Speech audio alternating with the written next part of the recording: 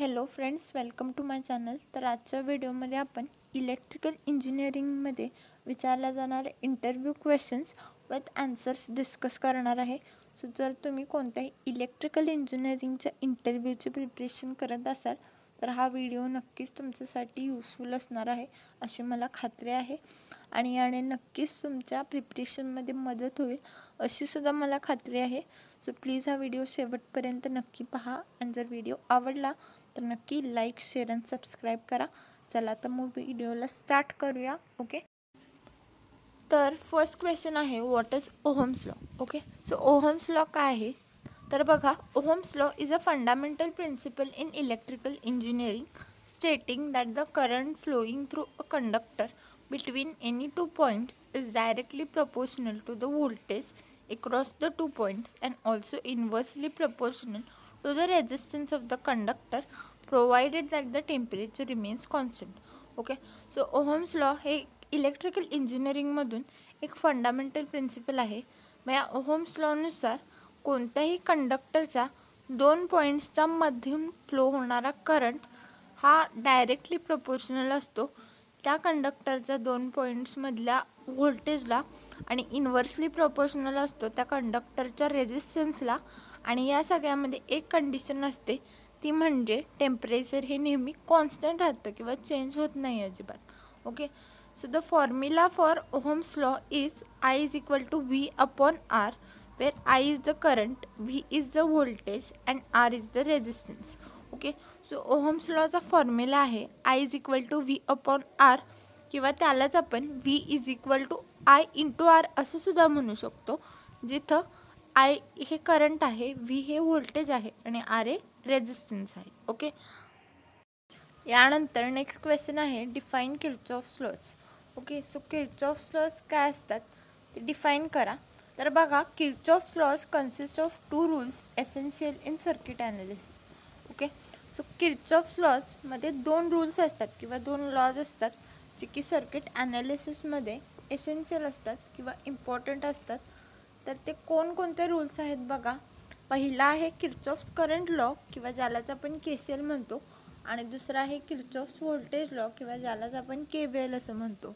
Okay, तर बघा, Kirchhoff's current law और KCL states that the total current entering a junction equals to the total current leaving it. Okay, so Kirchhoff's current law किंवा KCL नुसार एखाद्या जंक्शनमध्ये enter होणारा total current हा त्या जंक्शनला लिव्ह करणारा टोटल करंटच्या इक्वल असतो. ओके, यानंतर किर्चॉफ्स व्होल्टेज लॉ और KVL states that the sum of all electrical voltages around a loop is equal to 0. Okay, so Kirchhoff's voltage law किंवा KVL नुसार एखाद्या लूपमधल्या सगळ्या इलेक्ट्रिकल व्होल्टेजेसचं सम किंवा ॲडिशन हे नेहमी 0च्या इक्वल असतं. ओके, यानंतर नेक्स्ट क्वेश्चन आहे what are the types of electric circuits. Okay, so electric सर्किटचे काय काय टाईप्स आहेत ते आपण आता बघणार आहे. तर बघा, electric circuits can be classified into series circuit, parallel circuits and series parallel circuits. Okay, so electric सर्किट्सला आपण सिरीज सर्किट, पॅरलल सर्किट आणि सिरीज पॅरलल सर्किट्समध्ये क्लासिफाय करू शकतो. मग in a series circuit the circuit components are connected end to end, so the same current flows through each component. Okay, so एका series सर्किटमध्ये circuit components end to end connect केलेले असतात, त्याच्यामुळे प्रत्येक कंपोनेंटमधून फ्लो होणारा करंट हा same असतो. Okay, यानंतर in a parallel circuit the circuit components are connected across the same voltage source, so the voltage is the same across each component. Okay, so एका parallel सर्किटमध्ये सर्किट कंपोनेंट्स हे same voltage सोर्सला connect केलेले असतात आणि त्याच्यामुळे प्रत्येक कंपोनेंटमधला व्होल्टेज हा सेम असतो. ओके, यानंतर series parallel circuits combine the elements of both.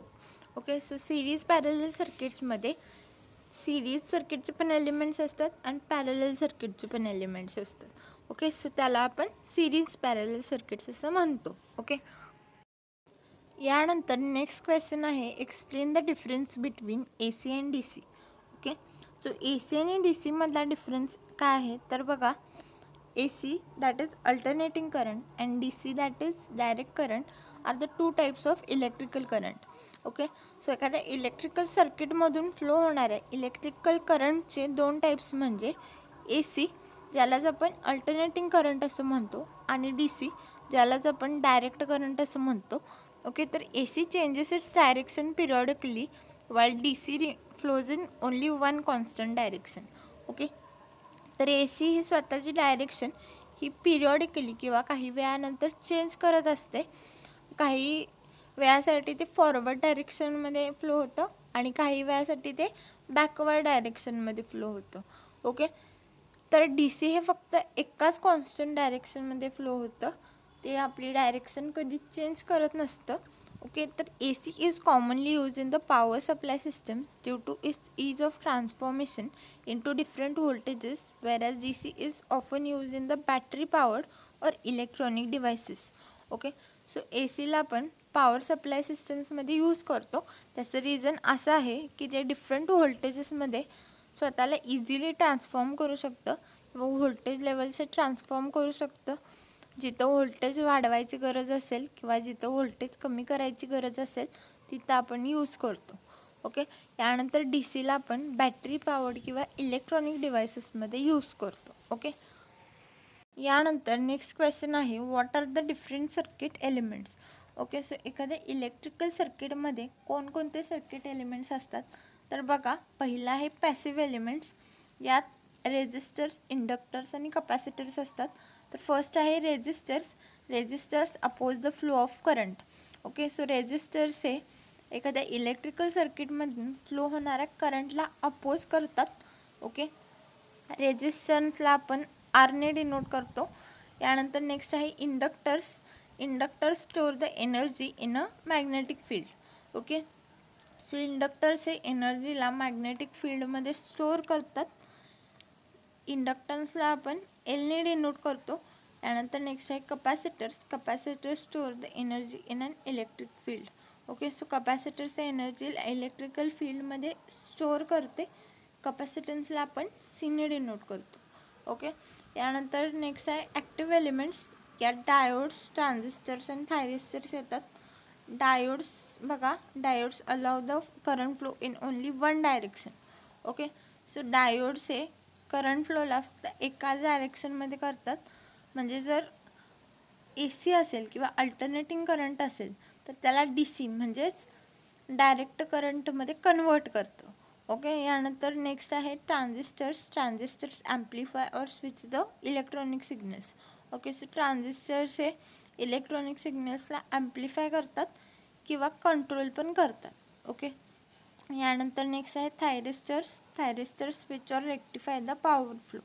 Okay, thyristors हे पॉवर फ्लोला स्विच करतात किंवा रेक्टिफायसुद्धा करतात. ओके, यानंतर नेक्स्ट आहे अदर एलिमेंट्समध्ये स्विचेस, फ्युजेस, सर्किट ब्रेकर्स आणि ट्रान्सफॉर्मर्स येतात.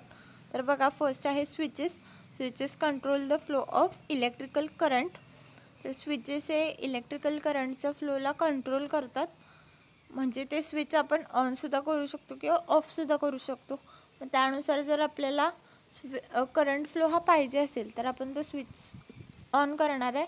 जर करंट फ्लो नको असेल तर स्विच तो ऑफ करणार आहे.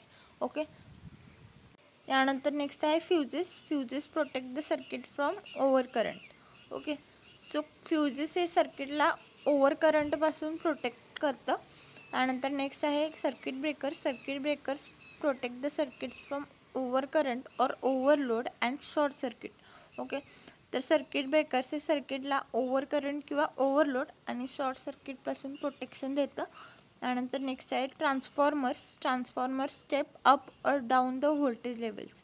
ओके, सो ट्रान्सफॉर्मर्स हे व्होल्टेज लेवल्सला स्टेप अप करतं किंवा स्टेप डाऊनसुद्धा करतं. म्हणजे जर व्होल्टेज वाढवायचं असेल किंवा व्होल्टेज जर कमी करायचं असेल तर ते सुद्धा ट्रान्सफॉर्मर्स करतं. ओके, त्यानंतर नेक्स्ट क्वेश्चन आहे, explain the concept of electrical resistance. Okay, so एखाद्या इलेक्ट्रिकल सर्किटमध्ये इलेक्ट्रिकल रेजिस्टन्स काय असतं किंवा त्याचं सिग्निफिकन्स काय असतो तर बघा, electrical resistance is the property of a material to impede or oppose the flow of electric current. Okay, so एखाद्या इलेक्ट्रिकल सर्किटमध्ये इलेक्ट्रिकल रेजिस्टन्स ही एक अशी प्रॉपर्टी असते एखाद्या मटेरियलची ज्याच्यामुळे ती इलेक्ट्रिकल करंटच्या फ्लोला अपोज करू शकते किंवा इम्पेड करू शकते. So electrical resistance is measured in ohms and it depends on the various factors like material's nature, length, cross sectional area and temperature.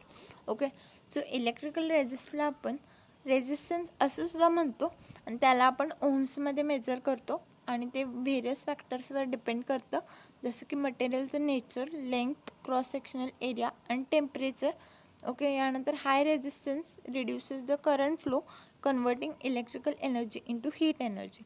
Okay, so जर हाय रेजिस्टन्स असेल एखाद्या मटेरियलचा त्याच्यामुळे त्याच्यातून फ्लो होणारा करंट हा रिड्यूस होतो किंवा कमी होतो, त्याच्यामुळे इलेक्ट्रिकल एनर्जी ही हीटमध्ये कन्वर्ट होते. ओके, यानंतर नेक्स्ट आहे what is the difference between an inductor and a capacitor.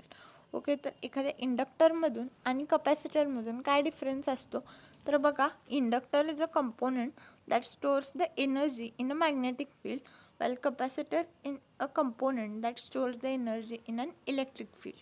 Okay, so inductor हा एक असा कंपोनंट आहे जो की एनर्जीला मॅग्नेटिक फील्डमध्ये स्टोअर करतो आणि कपॅसिटर एक असा कंपोनंट आहे जो की एनर्जीला इलेक्ट्रिक फील्डमध्ये स्टोअर करतो. ओके, यानंतर inductor opposes the change in current while capacitor opposes the change in voltage. Okay, so inductor हा चेंज इन करंटला अपोज करतो आणि कपॅसिटर हा चेंज इन व्होल्टेजला अपोज करतो. ओके, बेसिकली इंडक्टर आणि कपॅसिटर दोन्ही पण एनर्जी स्टोअर करत असतात, पण इंडक्टर हा मॅग्नेटिक फील्डमध्ये एनर्जी स्टोअर करतो आणि कपॅसिटर हा इलेक्ट्रिकल फील्डमध्ये एनर्जी स्टोअर करत असतो.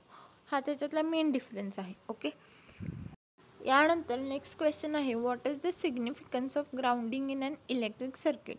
ओके, तर इलेक्ट्रिकल सर्किटमध्ये आपण ग्राउंडिंग का करतो, त्याचं काय इम्पॉर्टन्स आहे किंवा काय सिग्निफिकन्स आहे तर बघा, grounding is vital for the electrical safety and system integrity.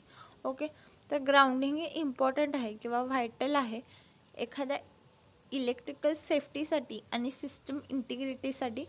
It provides a path for the fault currents to safely dissipate into the earth, preventing the electrical shocks and protecting the equipments.